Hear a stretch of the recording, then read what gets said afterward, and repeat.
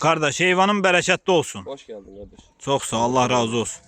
Bu neçə baş heyvandı kardeş? 55 baş hayvan. 55 baş heyvandı.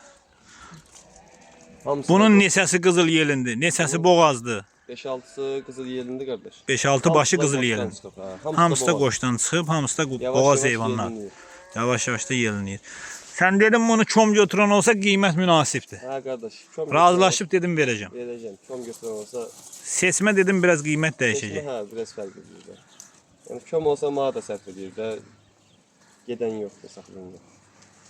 Allah bərəkət versin. Deyə bu qomral kimi yelinisi deyəsən 5-6 dənədir də. Ha kızıl yelinler. Dedi bax belə. Yani ondan yüksek yelinler var.